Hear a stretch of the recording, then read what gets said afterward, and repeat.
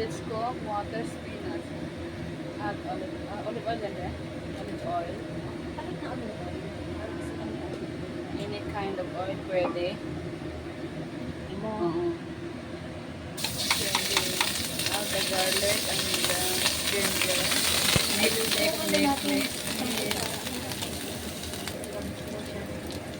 Add 2 teaspoon of ano yan? Kasi marami yung ano. Shrimp paste.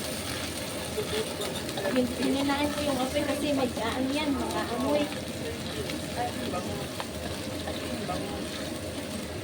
Here's the Nilalabas ko na siya. Oo. the deep water spinach, kangkong. Ang hati ng ito. Kailangan malakas yung apoy. Magtatakot na gulay. Pag ako nagluluto, hindi ako nagtatakot kasi lalo na itong kangkong. Magtutubig po. At saka mag-ano siya, magbibilaw. Kasi pagluto ng gulay, huwag dapat takpan.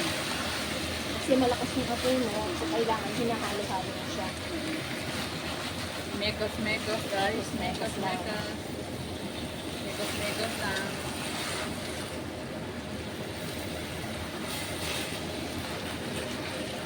Pang lulutuin ng 5 minutes ano? Oo. Hindi ah. Basta yung malakas yung apoy mo. Parang ano lang, few minutes lang. Kaya dapat inaano mo yung sa init, inaano mo yung hindi pa luto. Kaya ginaganyan-ganyan ko kasi para yung init, pa ilalim mo yung mainit, ay yung hindi pa luto. Oh, mekos lang guys. Mekos-mekos pa. Mekos lang. Few minutes lang. O, diba? Kangkong.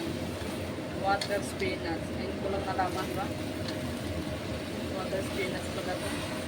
O, diba? Yung ano niya, sabaw at sasabaw. Kasi pag yan, ano, parang hindi mainit na mainit yung kawali siya. Hindi ganyan ang itsura niya, parang lantang kulay na ano. Kaya parang gulong na gulong siya dito.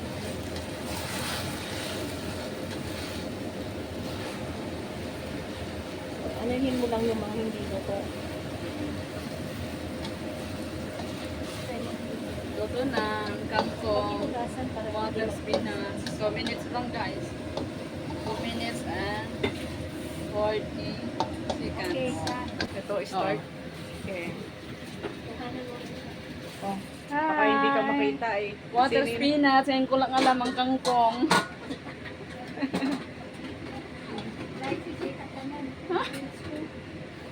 yung sabaw. Lalagay niyo sa baw. Okay. Taob mo yung ano. Oh. Taob mo yung... Asan yung ano? Yung tawag yun? Hindi, okay lang yan, oh. Hindi, ayun. Oh. Okay lang yan. Okay. Okay. Shrimp paste. Oo. Okay. Okay.